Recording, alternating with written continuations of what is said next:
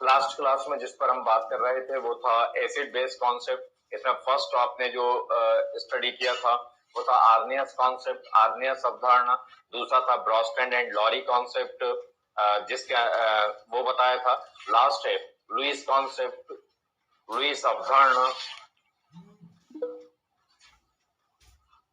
Lewis concept, Lewis अवधारणा, Lewis concept, Lewis अवधारणा,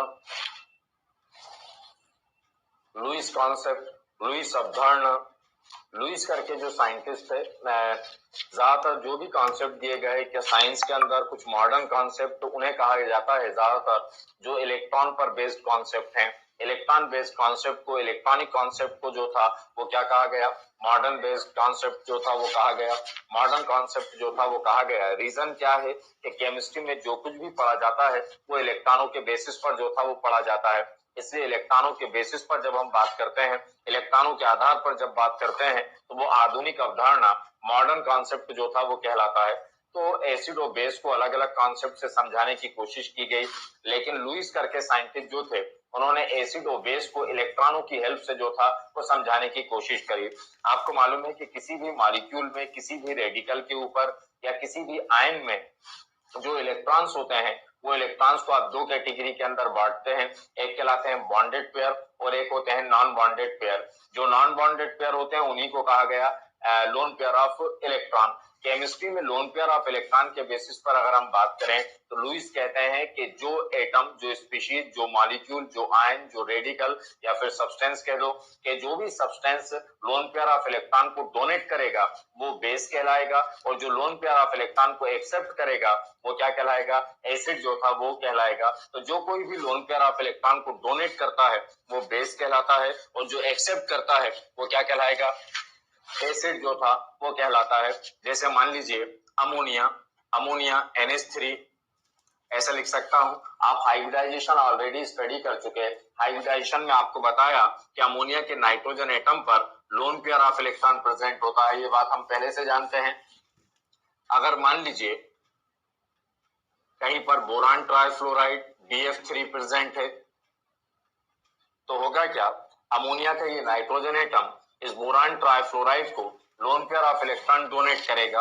और केमिस्ट्री में जब कोई loan pair of electron donate करता है तो उनके बीच में जो बॉन्ड बनता है वो होता है कोऑर्डिनेट बॉन्ड, जिसको एरो की हेल्प से जो था वो एक्सप्लेन करते हैं। ये HN H, ये H loan pair of electron donate करा इसलिए एरो, और क्या आ गया यहाँ पर, बोरान को किया फ्लोरीन, फ्लोरीन, फ्लोरीन। अब modern concept, Lewis base concept के अकॉर्डिंग अमोनिया ने लोन पेयर ऑफ इलेक्ट्रॉन को डोनेट किया था, इसलिए किसकी तरह एक्ट करेगा, बेस की तरह, क्षार की तरह जो था वो एक्ट करेगा।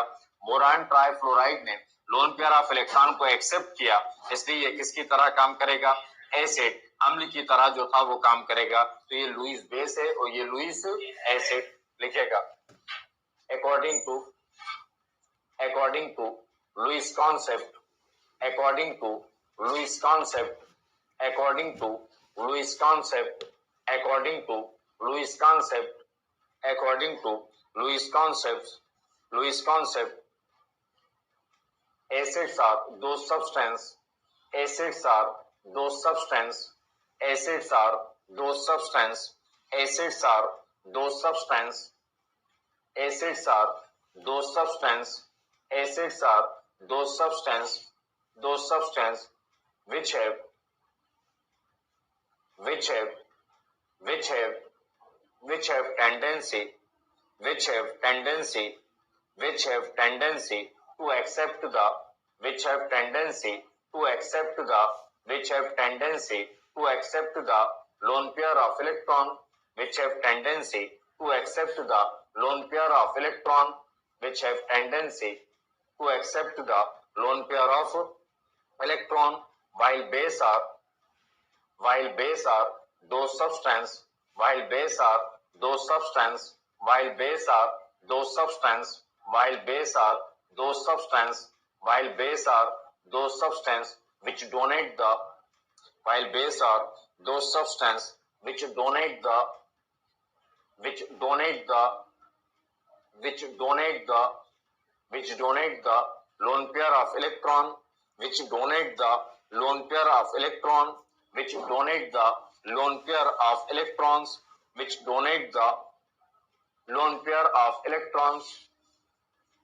ये लिखें हिंदी में, लुईस अवधारणा के अनुसार वह पदार्थ, लुईस अवधारणा के अनुसार वह पदार्थ, लुईस अवधारणा के अनुसार वह पदार्थ, लुईस अवधारणा के अनुसार वह पदार्थ, लुईस अवधारणा के अनुसार वह पदार्थ, लुईस अवधारणा के अनुसार वह पदार्थ, लुईस अवधारणा के अनुसार वह पदार्थ, लुईस अवधारणा के अनुसार वह पदार्थ जो एकाकी इलेक्ट्रॉन युग्म, जो एकाकी इलेक्ट्रॉन युग्म ग्रहण करते हैं, जो एकाकी इलेक्ट्रॉन युग्म ग्रहण करते हैं, जो एकाकी इलेक्ट्रॉन युग्म ग्रहण करते हैं, जो एकाकी इलेक्ट्रॉन युग्म ग्रहण करते हैं, जो एकाकी इलेक्ट्रॉन युग्म ग्रहण करते हैं, जो एकाकी इलेक्ट्रॉन युग्म ग्रहण करते हैं, उन्हें लुईस अम्ल, उन्हें लुईस अम्ल कहा जाता है,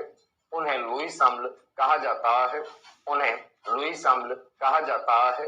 जबकि वह पदार्थ, जबकि वह पदार्थ, जबकि वह पदार्थ, जबकि वह पदार्थ, जबकि वह पदार्थ, जबकि वह पदार्थ जो एकाकी इलेक्ट्रॉन युग्म, जबकि वह पदार्थ जो एकाकी इलेक्ट्रॉन युग्म, जबकि वह पदार्थ जो एकाकी इलेक्ट्रॉन युग्म दान करते हैं, जो एकाकी इलेक्ट्रॉन युग्म दान करते हैं, जो एकाकी इलेक्ट्रॉन युग्म दान करते हैं, उन्हें लुईस क्षार कहा जाता है, उन्हें लुईस क्षार कहा जाता है, उन्हें लुईस क्षार कहा जाता है, उन्हें लुईस क्षार कहा जाता है। ये लिखना, ये था acid base concept, Arrhenius, Bronsted and Lowry, और तीसरा Lewis concept. Next heading hydrogen ion concentration, next heading hydrogen ion concentration, hydrogen ion concentration and pH value, hydrogen ion concentration and pH value, hydrogen ion concentration and pH value, hydrogen ion concentration and pH value या pH scale, pH value Hindi में hydrogen ion सांद्रण एवं pH पैमाना, hydrogen ion सांद्रण एवं pH पैमाना,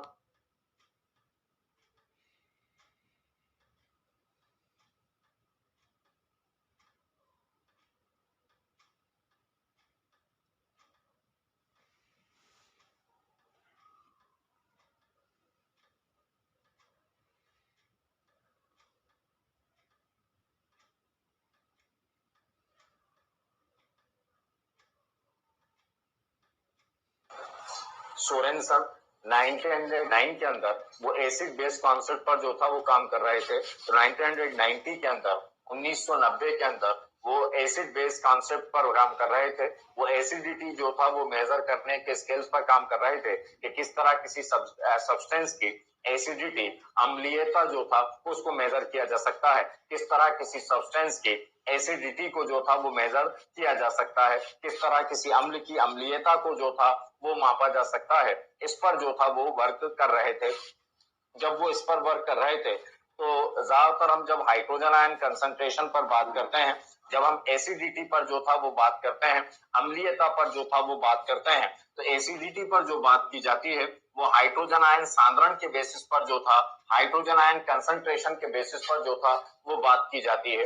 तो सबसे पहले तो उन्होंने ये बताने की कोशिश करी कि दुनिया में जितने डिफरेंट टाइप ऑफ सॉल्यूशंस हैं, अलग अलग तरह के बिलियन जो हैं, अगर हम उनमें एक हाइड्रोजन आयन कंसंट्रेशन की रेंज पता करने की कोशिश करें, इसकी मिनिमम वैल्यू से लेकर हायर रेंज जो था वो कहां तक हो सकती है, इसकी सबसे मिनिमम वैल्यू से मैक्सिमम वैल्यू कहां तक जा सकती है, तो ज्यादातर दुनिया के जो सब्सटेंस देखे गए उसमें हाइड्रोजन आयन कंसंट्रेशन की जो रेंज थी वो रेंज थी 10⁻⁻⁻1 से लेकर 10⁻⁻14।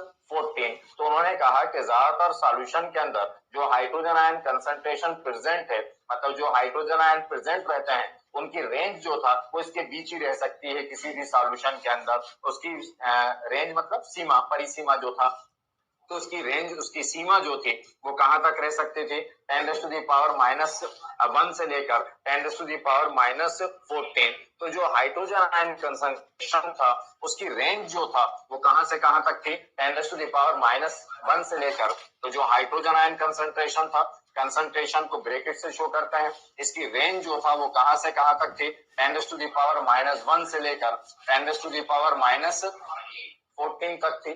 तो यहाँ पर हम ये भी कर सकते थे, इसको ऐसा भी लिख सकते थे, हाइड्रोजन आयन कंसंट्रेशन -1, ये था -1 टू -14, एक ही पर लिख दी। बेस जो था वो क्या था, सेम था। यहाँ पर ये जो -1 से लेकर -14 तक की जो वैल्यू थी, इसको उन्होंने एक सिंबॉलिक, सांकेतिक रूप से एक जिससे एक्सप्रेस किया, वो था पीएच स्केल, ये था पीएच। तो उन्होंने 10⁻1 से लेकर 14 तक को किससे एक्सप्लेन कर दिया, पीएच से जो था वो एक्सप्लेन जो था वो कर दिया। अब पीएच से एक्सप्लेन किया, अब पीएच से एक्सप्लेन करने के बाद जब दोनों साइड इन्होंने लॉग लिया तो क्या हो जाएगा, ये लॉग ऑफ ये हाइड्रोजन आयन, लॉग लिया बोथ साइड का हमने, तो क्या हुआ, लॉग ऑफ हाइड्रोजन आयन। इसको लॉग लूं तो लॉग में मेनली 3 रूल्स आप अप्लाई करते हैं, जानते हैं। Log m into n equal to होता है log m plus log n, ये होता है एक रूल। दूसरा होता है अगर डिवाइड करें, log m upon n equal to होता है log m minus log n, और log m raise to the power n होता है n लॉग m। मैथमेटिक्स में लॉग से रिलेटेड मेनली ये 3 रूल्स जो था वो यूज किए जाते हैं। ये पावर है, जब पावर होती है तो कहा जाती है आगे, तो क्या हो जाएगा, माइनस pH ऑफ लॉग 10, ये था लॉग 10।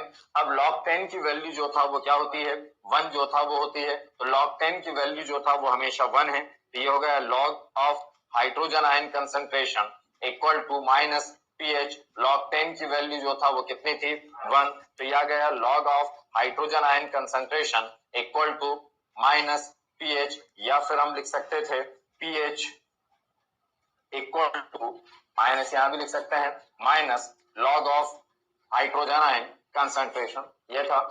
ये जो आया पीएच, इससे हम डिटेल मतलब मेजर कर सकते थे कि किसी भी सब्सटेंस की एसिडिटी क्या थी। अब इसके बेसिस पर अगर हम डिफाइन करते हैं, तो बता रहा था कि कैसे डिफाइन किया उन्होंने पीएच वैल्यू। तो इसका मतलब क्या है, negative logarithm of hydrogen ion concentration is called pH. इसका मतलब हाइड्रोजन आयन सांद्रण के ऋणात्मक लघुगणक को क्या कहा गया, पीएच कहा गया। तो pH is the negative logarithm of hydrogen ion concentration, ये था।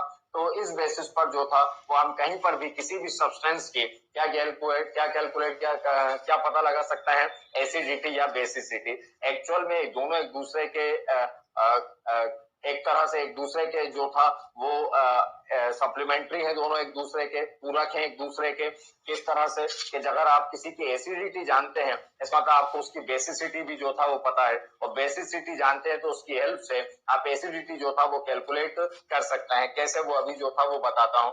तो कहां से स्टार्ट हुआ था, लोग पीएच के बारे में जब बात करते हैं तो इसको गलत तरह से एक्सप्लेन करते हैं टीचर्स या जो भी एक्सप्लेन करते हैं, लेकिन वो गलत बात जो थी, जो गलत कहते हैं वही बात जो था एक्चुअल में सही है। वो कहते हैं पीएच का मतलब है पैरामीटर्स ऑफ हाइड्रोजन आयन, ये गलत है ना। तो हम बोलते हैं पैरामीटर्स ऑफ हाइड्रोजन आयन, मतलब हाइड्रोजन आयन का मापन, या हाइड्रोजन आयन को किस तरह से मेजर किया जाता है उसका। तो P for parameters, H for, ये गलत बोल रहा हूं मैं अभी, पैरामीटर्स ऑफ हाइड्रोजन आयन का मापन। एक्चुअल में जब सोरेनसन ने 1990 के अंदर इसको एक्सप्लेन किया, तो यहाँ P का मतलब पैरामीटर नहीं था, यहाँ P का मतलब प्रोंज था, और प्रोंज का मतलब होता है मेटल, और मेटल जो था वो किसको एक्सप्रेस करता है, डोनेशन को एक्सप्रेस करता है, दान को जो था वो दर्शाता है। तो एक्चुअल में P यहाँ पर प्रोंज को बताता है, प्रोंज मेटल को बताता है।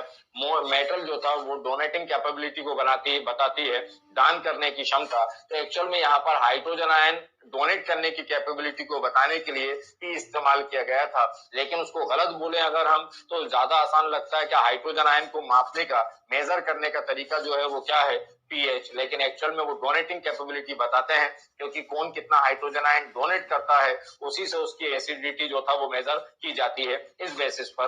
तो एक्चुअल मतलब क्या था वो गलत इस तरह पढ़ते हैं, लेकिन वो गलत एक्चुअल बात नहीं है, लेकिन वो गलत पढ़कर भी उसको क्या किया जा सकता है, समझा जा सकता है, इसलिए लोग पैरामीटर्स ऑफ हाइड्रोजन आयन जो था वो बोल देते हैं।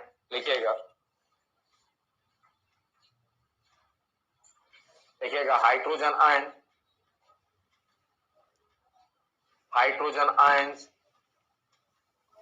Hydrogen ions are present, hydrogen ions, hydrogen ions are present, hydrogen ions are present, hydrogen ions are present in any solution, in any solution, in any solution, in any solution, in any solution in range, in any solution in range, in range 10 raised to the power minus 1 to 10 raised to the power minus 1 to 10 raised to the power minus 14, 10 raised to the power minus 1 to 10 raised to the power minus 14 in 1990, in 1990, in 1990, in 1990, 90 Sorensen,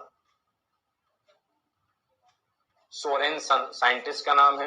in 1990 Sorensen, Sorensen introduced a new scale, Sorensen in 1990 Sorensen introduced a new scale, introduced a new scale, introduced a new scale, introduced a new scale, a new scale pH, new scale pH which determine the, which determine the, which determine the acidity, which determine the acidity, which determine the acidity, which determine the acidity of solution, which determine the acidity of solution, which determine the acidity of solution।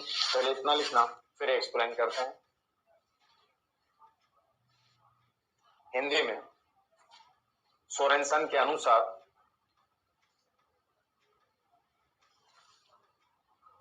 Sorensen के अनुसार किसी विलयन में, Sorensen के अनुसार किसी विलयन में, सोरेनसन के अनुसार किसी विलयन में, सोरेनसन के अनुसार किसी विलयन में, सोरेनसन के अनुसार किसी विलयन में, सोरेनसन के अनुसार किसी विलयन में हाइड्रोजन आयन सांद्रण, सोरेनसन के अनुसार किसी विलयन में हाइड्रोजन आयन सांद्रण, सोरेनसन के अनुसार किसी विलयन में हाइड्रोजन आयन सांद्रण, सोरेनसन के अनुसार किसी विलयन में हाइड्रोजन आयन सांद्रण का मान 10 raised to the power minus 1, 10 raised to the power minus 1, 10 raised to the power minus 1 से 10 raised to the power minus 14, 10 raised to the power minus 1 से 10 raised to the power minus 14 तक होता है, तक होता है। इस तथ्य के आधार पर,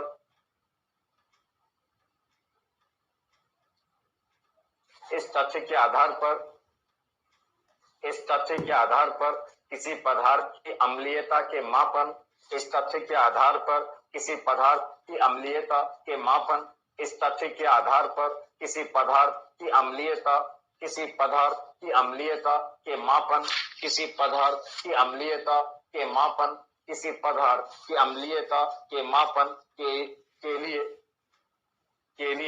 एक नया पैमाना, एक नया पैमाना प्रस्तुत किया, एक नया पैमाना प्रस्तुत किया, एक नया पैमाना प्रस्तुत किया, एक नया पैमाना प्रस्तुत किया जिसे pH, जिसे pH पैमाना, जिसे pH पैमाना कहा जाता है, जिसे pH पैमाना कहा जाता है, जिसे pH पैमाना कहा जाता है, जिसे pH पैमाना कहा जाता है। इतना लिखना, ये लिख लिया, उसके नीचे लिखें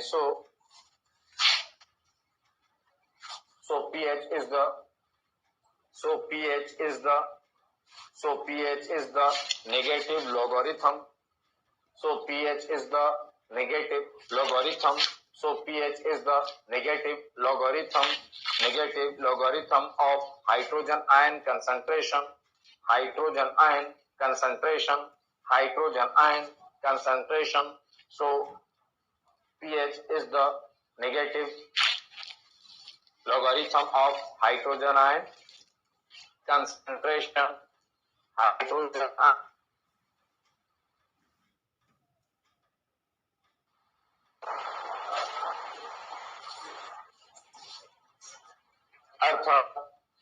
अर्थात हाइड्रोजन आयन सांद्रण अर्थात हाइड्रोजन आयन सांद्रण अर्थात हाइड्रोजन आयन सांद्रण अर्थात हाइड्रोजन आयन सांद्रण के ऋणात्मक लघुगणक को अर्थात हाइड्रोजन आयन सांद्रण के ऋणात्मक लघुगणक को अर्थात हाइड्रोजन आयन सांद्रण के ऋणात्मक लघुगणक को ऋणात्मक लघुगणक को ऋणात्मक लघुगणक को पीएच पैमाना कहा जाता है। ऋणात्मक लघुगणक को पीएच पैमाना कहा जाता है। पीएच पैमाना कहा जाता है। अब पीएच स्केल की जो वैल्यू आएगी उसके बेसिस पर आप एसिडिटी और बेसिसिटी जो था वो बता सकते हैं। किसी भी पदार्थ की अम्लीयता और क्षारकता जो था वो बता सकते हैं। अगर पीएच वैल्यू लेस देन 7 हो, अगर कोई भी पीएच वैल्यू जो था वो 7 से क्या हो, कम हो, तो वो कहलाएगा एसिडिक। वो क्या कहलाएगा? एसिडिक। अम्लीय, तो वो क्या कहलाएगा? एसिडिक अम्लीय। अगर पीएच वैल्यू जो था वो किसके बराबर आई? 7 के बराबर जो आई, तो वो क्या कहलाएगा? न्यूट्रल जो था वो कहलाएगा। वो न्यूट्रल कहलाएगा। हिंदी में उदासीन जो था वो कहलाएगा। और अगर पीएच वैल्यू ग्रेटर देन जो था वो 7, तो वो क्या कहलाएगा? बेसिक जो था वो कहलाएगा। पीएच वैल्यू जितनी कम होगी, अगर दोनों में एसिडिक स्ट्रेंथ पूछी जाए, एक की वैल्यू पीएच की वैल्यू 1 है और एक की पीएच वैल्यू 3 है, और हमसे कहा जाए विच वन मोर एसिडिक, कौन ज्यादा अम्लीय है, तो जिसकी पीएच वैल्यू जितनी कम होगी वो उतना ज्यादा एसिडिक होगा। मतलब पीएच वैल्यू जितनी कम होती है उतना ज्यादा एसिडिक होता है, उतना ज्यादा अम्लीय होता है। 7 होती है तो न्यूट्रल होता है, और 7 से ज्यादा होगी तो बेसिक होगा। एक की पीएच वैल्यू 7 है, 8 है, और एक की 9 है, तो कौन ज्यादा बेसिक होगा? 9। जितना ज्यादा वैल्यू होगी उतना ज्यादा बेसिक नेचर होगा, जितनी कम वैल्यू होगी उतना ज्यादा एसिडिक होगा। इतना नोट करें।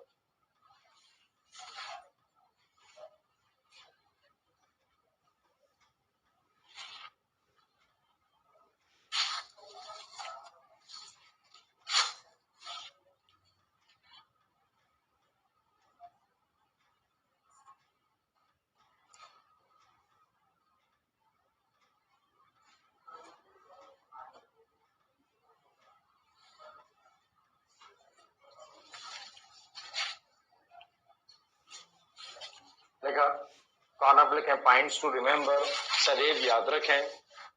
पॉइंट्स टू रिमेंबर, सदैव याद रखें। पॉइंट्स टू रिमेंबर, सदैव याद रखें। पॉइंट्स टू रिमेंबर, सदैव याद रखें। पॉइंट्स टू रिमेंबर, सदैव याद रखें। जैसे मान लीजिए अब आप किसी का पीएच वैल्यू पता करना चाहते हैं तो आपको हाइड्रोजन आयन कंसंट्रेशन पता होना चाहिए। फिर जैसे मैथमेटिक्स में क्वेश्चन सॉल्व करेंगे, लॉग सॉल्व करते हैं, वैसे क्वेश्चन सॉल्व कर लिया जाएगा। लेकिन इनकेस अगर कहीं पर हाइड्रोजन आयन कंसंट्रेशन नहीं दिया गया, क्या दिया हुआ है? हाइड्रोक्साइड आयन बेस दिया है, और आपसे पीएच जो था वो पूछ लेता है ना। तो जैसे अगर मान लीजिए अगर आपसे हाइड्रोजन आयन कंसंट्रेशन और हाइड्रोक्साइड आयन कंसंट्रेशन, बेस होगा तो हाइड्रोक्साइड आयन और एसिड होगा तो क्या होगा? Hydrogen ion. तो इन दोनों का इनटू जो था वो होता है 10⁻⁻14। तो हम दोनों कैलकुलेट कर सकते हैं। अगर आपको हाइड्रोजन आयन कंसंट्रेशन दिया हुआ है और आपसे पीएच नहीं पूछ रहा है एग्जामिनर, पीओएच पूछ रहा है, बेसिसिटी पूछ रहा है, एच की जगह ओएच लिखा है, तो हाइड्रोजन आयन कंसंट्रेशन यहाँ पर लिखो। पहले क्या पता कर लो? OH, और फिर उसकी हेल्प से जो था वो हम आसानी से POH जो था वो कैलकुलेट जो था वो कर लेंगे। ये पता कर रखें।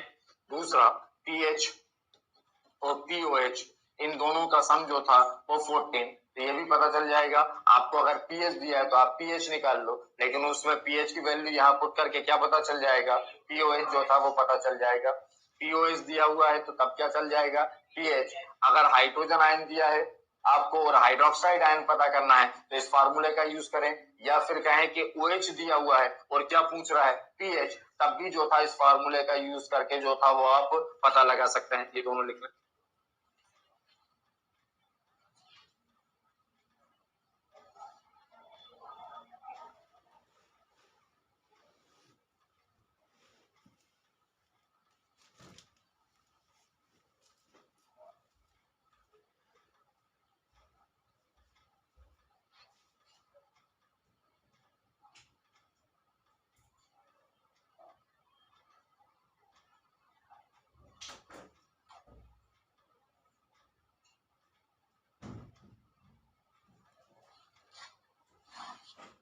लिखा, एक क्वेश्चन लिखना, हाइड्रोजन आयन कंसंट्रेशन,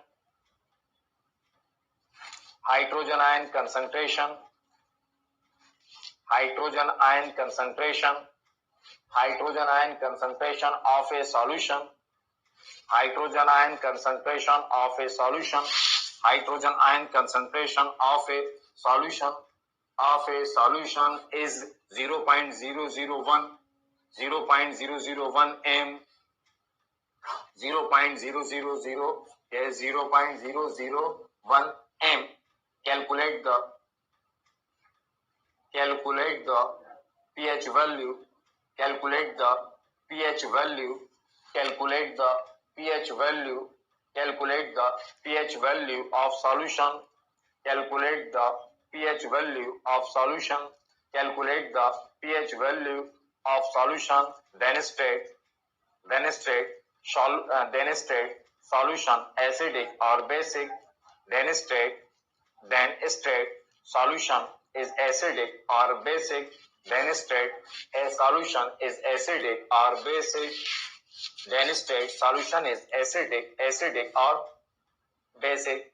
हिंदी में लिखना क्वेश्चन, किसी विलयन का हाइड्रोजन आयन सांद्रण, किसी विलयन का हाइड्रोजन आयन सांद्रण, किसी विलयन का हाइड्रोजन आयन सांद्रण, किसी विलयन का हाइड्रोजन आयन सांद्रण 0.001 m है, किसी विलयन का हाइड्रोजन आयन सांद्रण 0.001 m है। pH मान ज्ञात करो, pH मान ज्ञात करो, pH मान ज्ञात करो। फिर उसके आगे लिखना, विलयन अम्लीय है, अम्लीय या क्षारीय प्रकृति दर्शाता है, स्पष्ट करो। विलयन अम्लीय या क्षारीय प्रकृति दर्शाता है, स्पष्ट करो। विलयन अम्लीय या क्षारीय प्रकृति दर्शाता है, स्पष्ट करो। क्या दिया हुआ है? हाइड्रोजन आयन कंसंट्रेशन, या हाइड्रोजन आयन कंसंट्रेशन, कंसंट्रेशन मतलब ये ब्रैकेट कितना दिया हुआ था 0.001 ये दिया हुआ था। ये क्या है? Hydrogen ion concentration. अब आपका पीएच वैल्यू क्या है?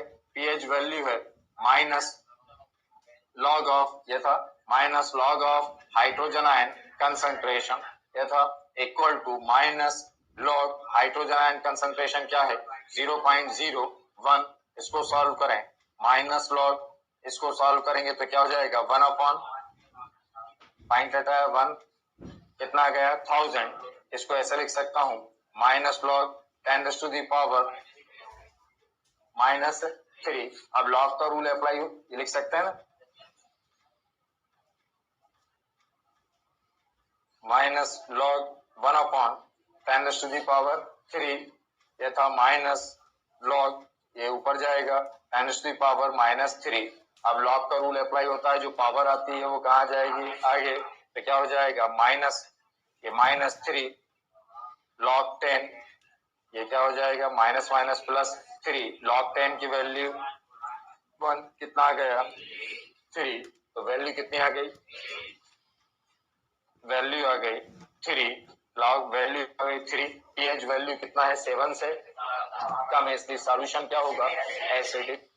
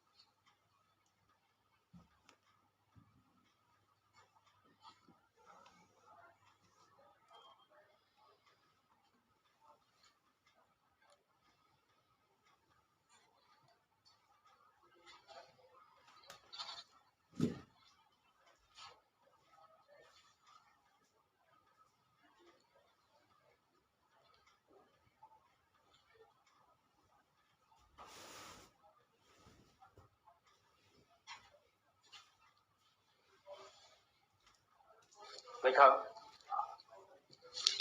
अब इसमें आंसर देंगे तो क्या लिखेंगे, pH value is greater, pH value is less than 7, pH value is less than 7, pH value is less than 7, pH value is less than 7, so solution is acidic in nature। इसी वजह से pH value of देखा, pH value of solution less than 7, so it is acidic in nature, या solution is acidic in nature। Hindi में pH मान 7 से कम है, pH मान 7 से 7 से pH मान 7 से कम है, अतः विलयन अम्लीय प्रकृति दर्शाता है। pH मान 7 से कम है, अतः विलयन अम्लीय प्रकृति दर्शाता है। नेक्स्ट है, calculate the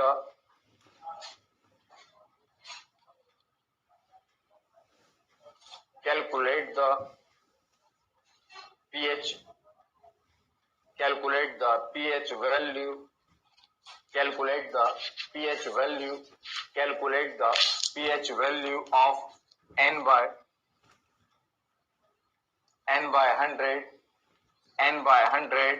of n by 100 NaOH, calculate the pH value of n by 100 NaOH। n क्या है, नॉर्मलिटी कितनी दी है, 1/100। अब किसकी दी है, NaOH, तो ये हाइड्रोजन आयन कंसंट्रेशन है या हाइड्रोक्साइड आयन, इसमें H है ही नहीं, यहाँ पर क्या है OH, और आपसे क्या कैलकुलेट करने का है, pH। तो पहले हाइड्रोजन आयन कंसंट्रेशन और हाइड्रोक्साइड आयन कंसंट्रेशन वाला जो फार्मूला है उसकी हेल्प से पहले क्या निकालना, हाइड्रोजन आयन कंसंट्रेशन, फिर pH निकलेगा। करें,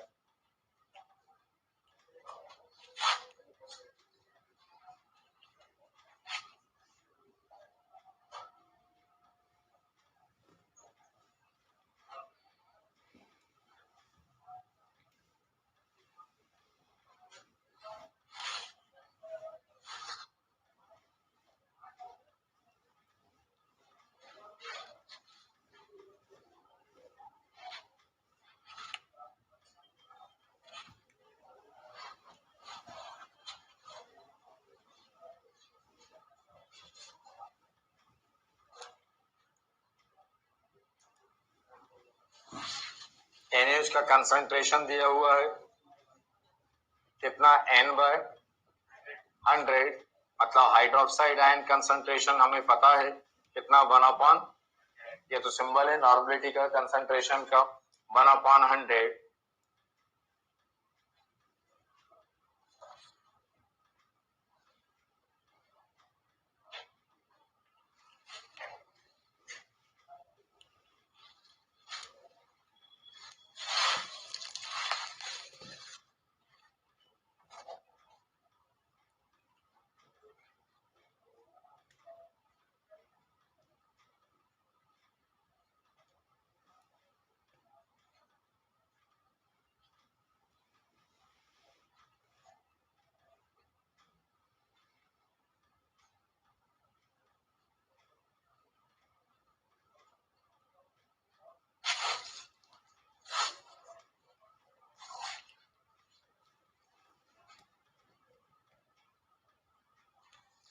तो क्या है ये, इसमें OH था, तो हम समझ गए कि ये वैल्यू किसकी है, हाइड्रोक्साइड आयन की।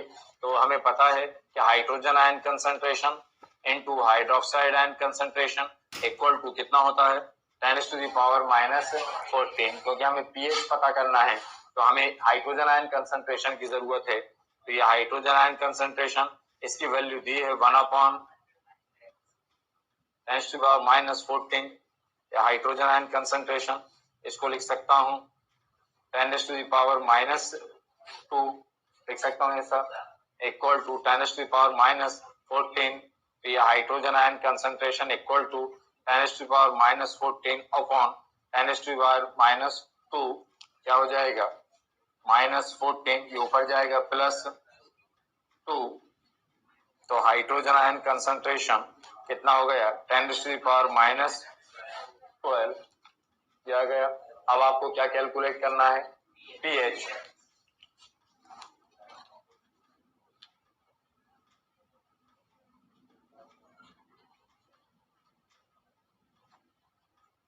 हाइड्रोजन आयन कंसंट्रेशन -12 माइनस आगे आ जाएगा log 10 प्लस इंटू 1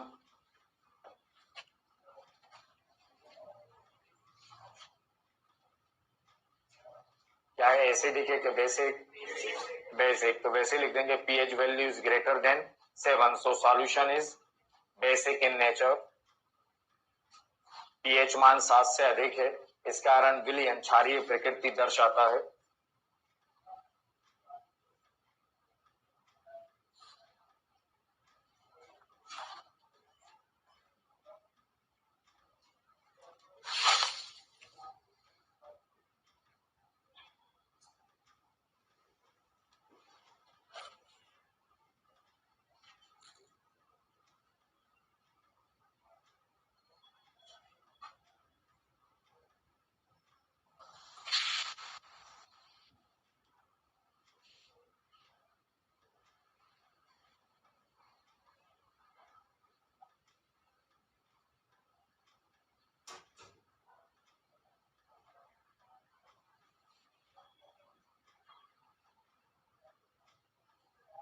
देखा, नेक्स्ट है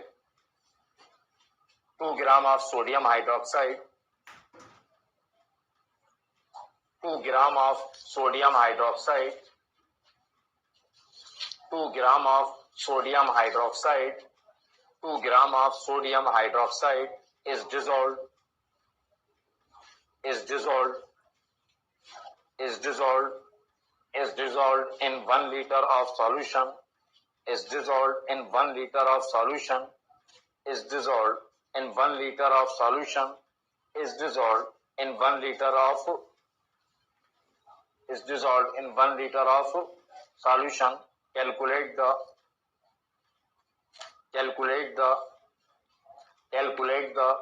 pH value, calculate the pH value, calculate the pH value of, calculate the pH value of solution.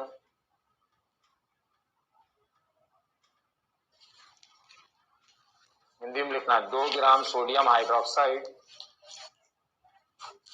2 gram sodium hydroxide, 2 gram sodium hydroxide, 2 gram sodium hydroxide 1 litre विलयन में उपस्थित है। 2 gram sodium hydroxide 1 litre विलयन में उपस्थित है। 2 gram sodium hydroxide 1 litre विलयन में उपस्थित है। 1 लीटर विलयन में उपस्थित है।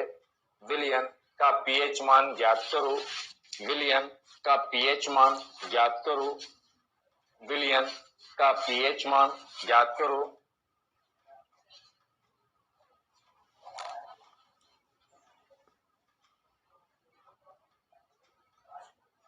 अब यहाँ पर क्या कोई कंसंट्रेशन नहीं दिया गया, केवल क्या दिया गया है कि 2 gram of sodium hydroxide is dissolved in 1 litre of solution. 2 gram sodium hydroxide 1 litre विलयन में उपस्थित है।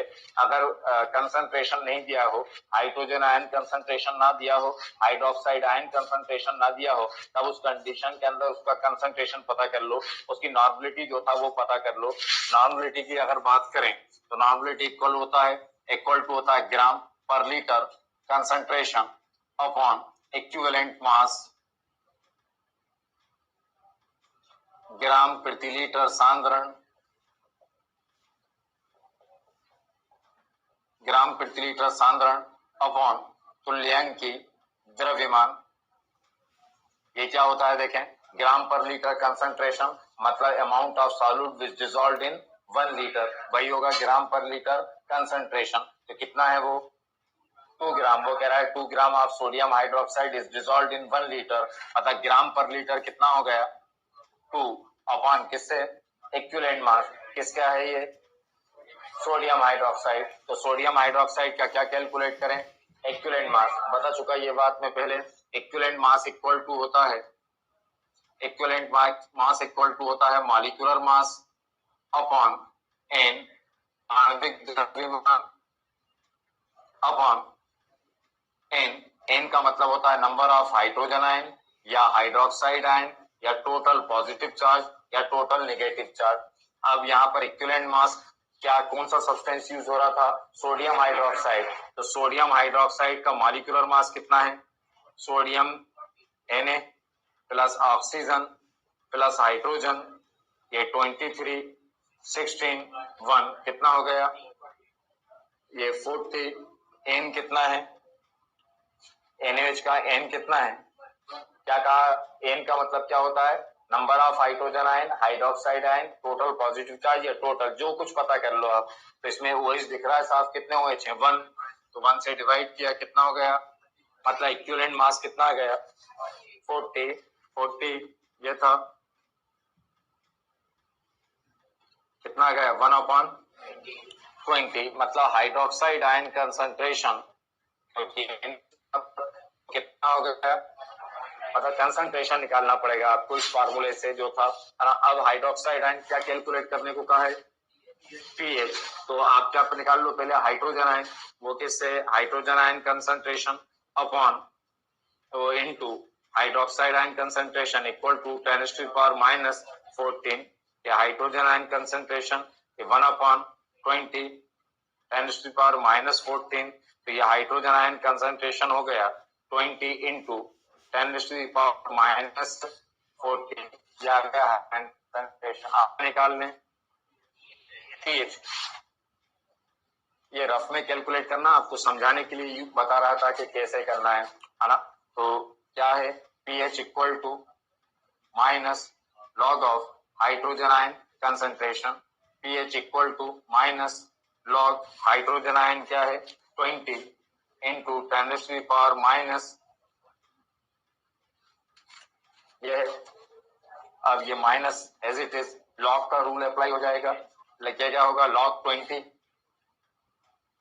लॉग ये सॉल्व कर रहा हूं, लॉग 20 इंटू में प्लस हो जाता है, लॉग 20 प्लस लॉग 10⁻⁻14, ये माइनस वैसे ही लॉग ऐसे लिख सकता हूं 2 इंटू 10, लिख सकता हूं 2 इंटू 10 प्लस ये आगे आ जाएगा -14, ये क्या आ जाएगा लॉग 10, ये फिर माइनस ये इंटू है तो प्लस लिख सकता हूं इसको, ये क्या हो जाएगा log 2 plus log 10 plus -14 into log 10 की वैल्यू कितनी 1, ये माइनस log 2 की वैल्यू होती है 0.301, log 10 की वैल्यू 1, ये क्या हो जाएगा -14। इसको सॉल्व कर लो कितना हो जाएगा,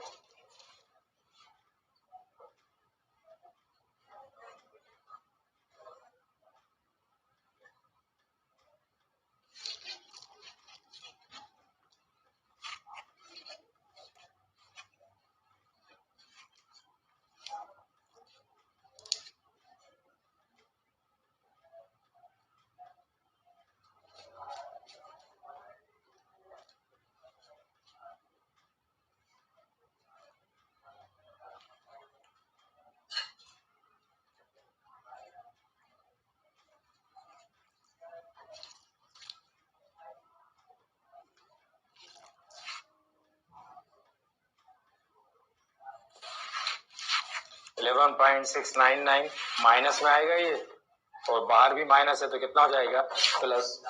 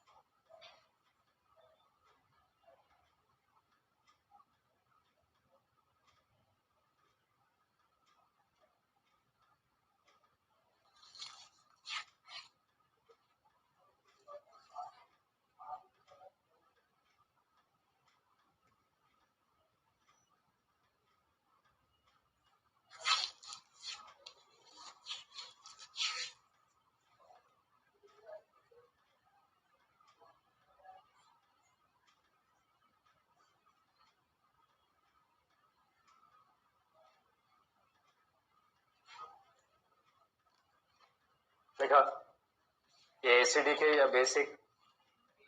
बेसिक सॉल्यूशन।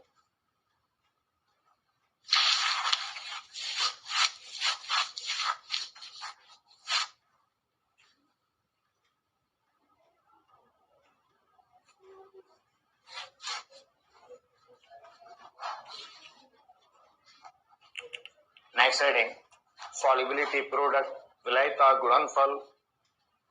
सॉल्युबिलिटी प्रोडक्ट विलायता गुणनफल। सॉल्युबिलिटी प्रोडक्ट विलायता गुणनफल।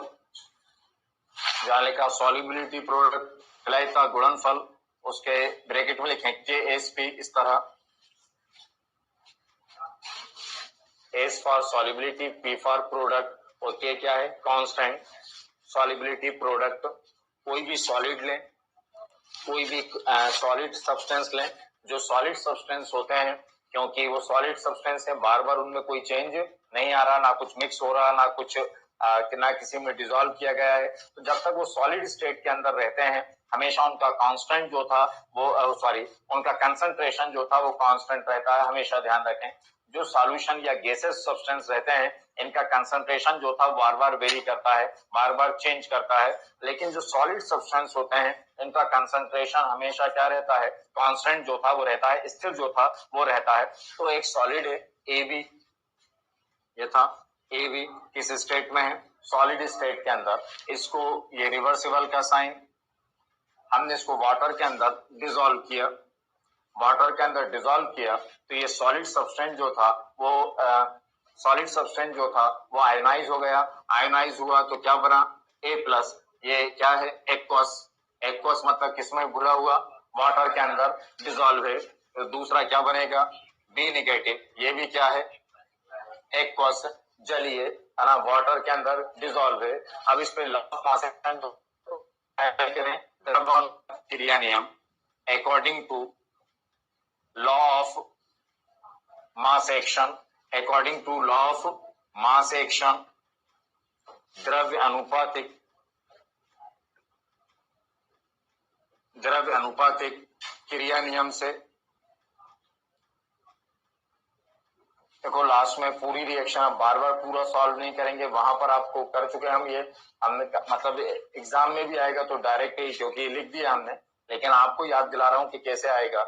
याद हो आपको मैंने लिखा था रेट ऑफ फॉरवर्ड रिएक्शन, फिर आया था रेट ऑफ बैकवर्ड रिएक्शन, फिर उसको इक्विलिब्रियम पर अप्लाई किया था तो rate of forward reaction equal to rate of backward reaction, दोनों क्या था? इक्वल। और उसके बाद जो रेट कांस्टेंट का रेशियो आया था उसको कहा था इक्विलिब्रियम कांस्टेंट, के से रिप्रेजेंट किया था।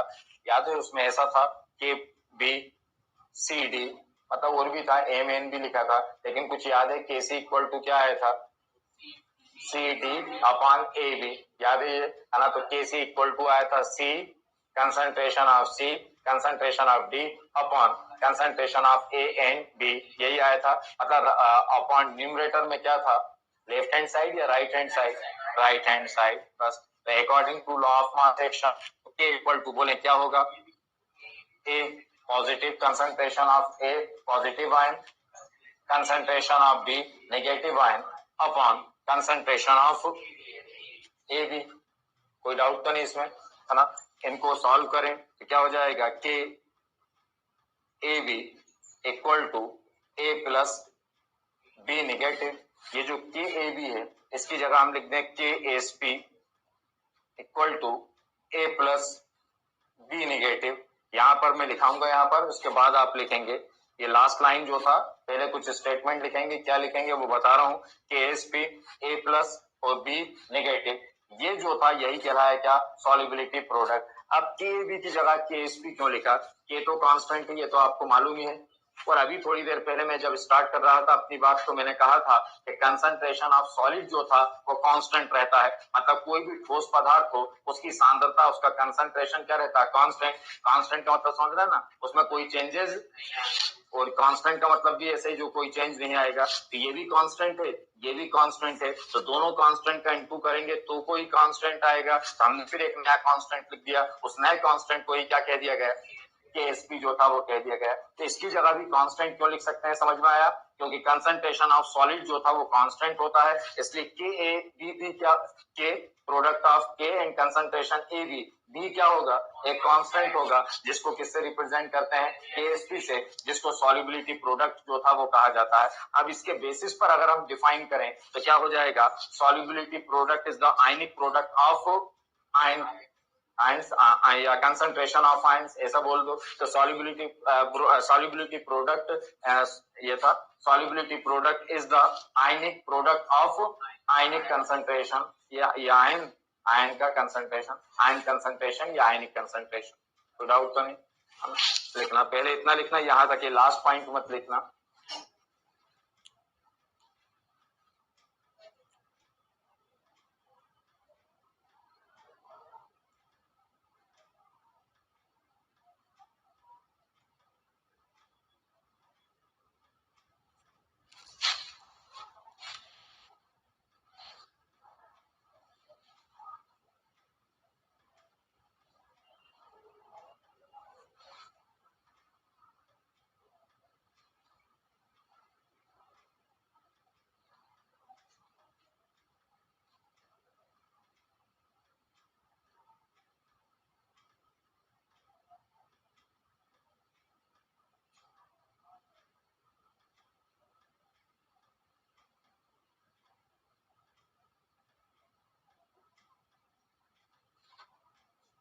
देखा, जहां ये लिखा उसके नीचे लिखें concentration of solid, concentration of solid, concentration of solid, concentration of solid is constant, concentration of solid is constant, so KAVP, so ये पूरा लिखना, so K concentration AVP, देखा, solid concentration of solid is constant, so K ABP is replaced by a new constant, is replaced by a new constant, is replaced by a new constant, is replaced by a new constant, is replaced by a new constant, new constant, KABP वो is replaced by new constant KSP, which is called solubility product, which is called solubility product, which is called solubility product, which is called solubility product, which is called solubility product। अब लिखने last, Hindi में ठोस की सांद्रता स्थिर होती है, ठोस की सांद्रता स्थिर होती है, की सांद्रता स्थिर होती है, अतः के एबीपी को एक नए स्थिरांक, अतः के एबीपी को एक नए स्थिरांक, अतः के एबीपी को एक नए स्थिरांक केएसपी द्वारा प्रतिस्थापित किया जाता है, केएसपी द्वारा प्रतिस्थापित किया जाता है, केएसपी द्वारा प्रतिस्थापित किया जाता है, जिसे विलयता गुणनफल, जिसे विलयता गुणनफल कहा जाता है, जिसे विलयता गुणनफल कहा जाता है, जिसे विलयता गुणनफल कहा जाता है। जहां ये लिखा उसके नीचे डेफिनेशन लिखें, solubility product, solubility product is the product, is the solubility product is the ionic product, solubility product is the ionic product, is the ionic product, is the ionic product of concentration of ions, solubility product is the ionic product, solubility product is the ionic product of concentration of ions, solubility product is the ionic product of concentration of ions। इसके नीचे लिखना, हिंदी के अंदर लिखें, अतः अतः आयनों की सांद्रता, अतः आयनों की सांद्रताओं के गुणनफल, अतः आयनों की सांद्रता के गुणनफल, अतः आयनों की सांद्रता के गुणनफल, अतः आयनों की सांद्रता के गुणनफल को विलायता गुणनफल कहा जाता है। अतः आयनों की सांद्रता के गुणनफल को विलायता गुणनफल कहा जाता है। विलायता गुणनफल कहा जाता है। ये था सॉल्युबिलिटी प्रोडक्ट। इसके अंदर जो एक और बचा जो बात करूंगा नेक्स्ट क्लास में वो है बफर सॉल्यूशन। ये सॉल्यूशन जो ये टॉपिक जो था वो फिनिश होगा। अब आपका केमिस्ट्री के अंदर जो टॉपिक बचे, जहां से आपको इनऑर्गेनिक केमिस्ट्री के अंदर बता दिया था, लेकिन दो टॉपिक जो था वो बचे हुए थे, एक एस ब्लॉक और दूसरा एस ब्लॉक और पी ब्लॉक पढ़ चुके हैं, वो इसलिए वहां पर कंटिन्यू नहीं, अब जो पढ़ेंगे अब बस स्पेशली जो था फर्स्ट और सेकंड ग्रुप पढ़ना है, और पी ब्लॉक में 13 तो 14 ग्रुप जो था वो आपको स्टडी जो था वो करना है। ऑलरेडी कॉमन प्रॉपर्टीज जो थी जो पूरी पीरियोडिक टेबल पर अप्लाई होती हैं वो हम ऑलरेडी डिस्कस जो था वो कर चुके। अब केवल फर्स्ट और सेकंड ग्रुप की जो प्रॉपर्टीज होंगी जो उससे रिलेटेड पढ़ा जाता होगा वही जो था वो पढ़ा जाएगा। तो नेक्स्ट क्लास में जो स्टार्ट करूंगा वो एस ब्लॉक और पी ब्लॉक जो था वो स्टार्ट किया जाए, और इसमें बफर सॉल्यूशन जो बचा है वो